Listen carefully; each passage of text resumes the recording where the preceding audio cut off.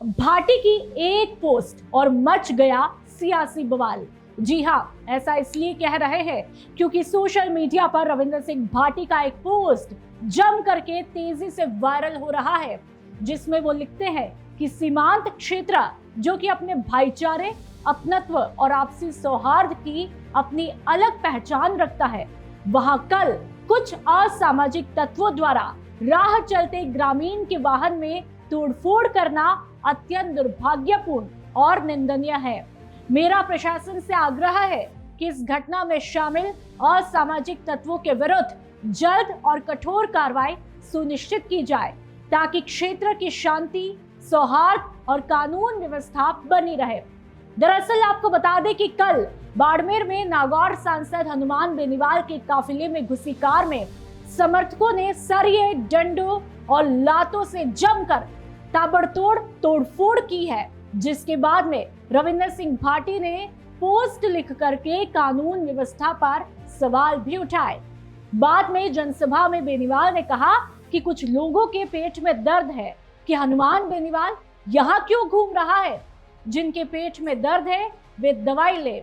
बेनीवाल ने इस घटना को राजनीतिक विरोध से जोड़कर देखा, लेकिन कहानी यही खत्म नहीं हुई, क्योंकि रविंदर सिंह भाटी की पोस्ट के नीचे ऐसा सवाल आया जिसने बहस का रुख ही मोड़ दिया। एक यूजर ने भाटी की पोस्ट पर कमेंट करके पूछा कि जब धार्मिक स्थलों पर कार्रवाई हो रही थी तब आपकी आवाज कहाँ थी, क्या कुछ कहा? वो पूरा पोस्ट मैं आपको पढ़ के सुनाती हूँ।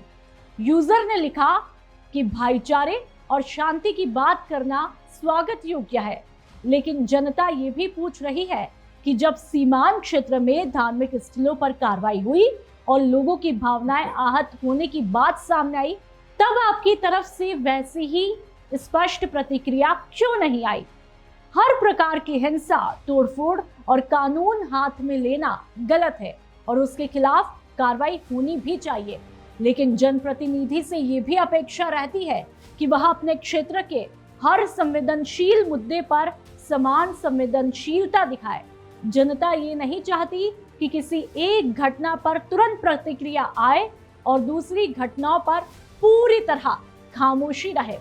जनप्रतिनिधि पूरे क्षेत्र का होता है, इसलिए हर नागरिक की चिंता और हर संवेदनशील मुद्दे पर उसकी आवाज समान रूप से सुनाई भी देनी चाहिए। नेतृत्व की असली पहचान यही है कि वह हर परिस्थिति में निष्पक्ष दिखाई दे। जब लोग कठिन दौर से गुजर रहे हो तब उनका हाल जानना, प्रशासन से जवाब मांगना और लोगों का भरोसा बनाए रखना भी जनप्रतिनिधि की जिम्मेदारी होती है। जनता सवाल पूछ रही है क्योंकि उसे उम्मीद थी कि हर महत्वपूर्ण मुद्दे पर उसकी आवाज बुलंद होगी। दरअसल आपको बता दें कि पिछले कई दिनों से बाड़मेर में धार्मिक स्थलों पर प्रशासन की कार्रवाई भी चर्चा का विषय बनी हुई है।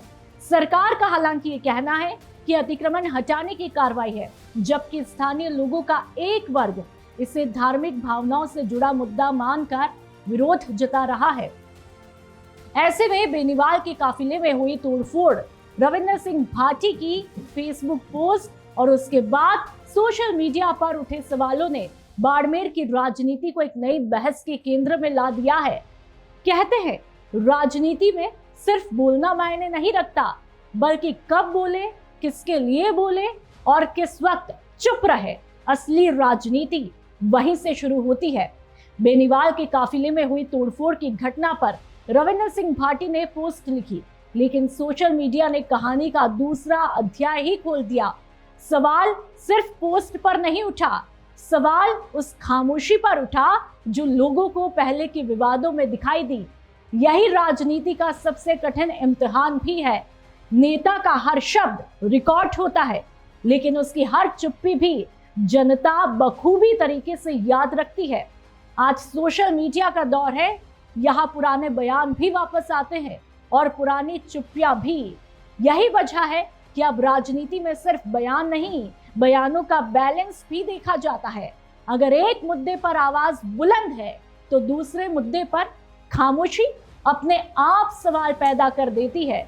और राजनीति का एक पुराना असूल भी है, पार्टी, चेहरे सिर्फ मंच से नहीं बनते, कई बार जनता के सवाल ही सबसे बड़ा विपक्ष बन जाते हैं। तो आज बाड़मेर की राजनीति भी उसी मोड़ पर खड़ी दिखाई दे रही है। एक तरफ बेनीवाल के काफिले में हुई तोड़फोड़, तो दूसरी तरफ भाटी की पोस्ट, और तीसरी तरफ आपको बता दें कि जनता के सवाल। अब लड़ाई सिर्फ सड़कों पर नहीं, नैरेटिव की भी है, क्योंकि राजनीति में घटनाएं कम, उनकी बनाई हुई धारणा ज्यादा असर छोड़ती है। और याद रखिए कि राजनीति में सबसे ऊंची आवाज हमेशा भाषण की नहीं होती। कई बार जनता का एक सवाल पूरे सियासी समीकरण को हिला देता है। मरुधरा से खुद को जोड़ने के लिए सब्सक्राइब करें और बने रहें पीके टाइम्स के साथ।